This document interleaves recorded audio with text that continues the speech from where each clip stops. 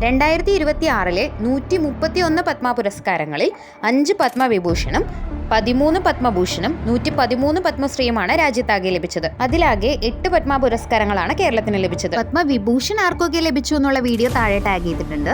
ഇനി പത്മഭൂഷണും പത്മശ്രീയും ലഭിച്ച മലയാളികൾ ആരൊക്കെയാണെന്ന് നോക്കാം. VS Achuthanandan, justice KT Thomas, P Narayanan എന്നിവർക്ക് പത്മവിഭൂഷൺ ലഭിച്ചപ്പോൾ മമ്മൂട്ടിക്കും വെള്ളാപ്പള്ളി നടേശനും പത്മഭൂഷൺ ലഭിച്ചു.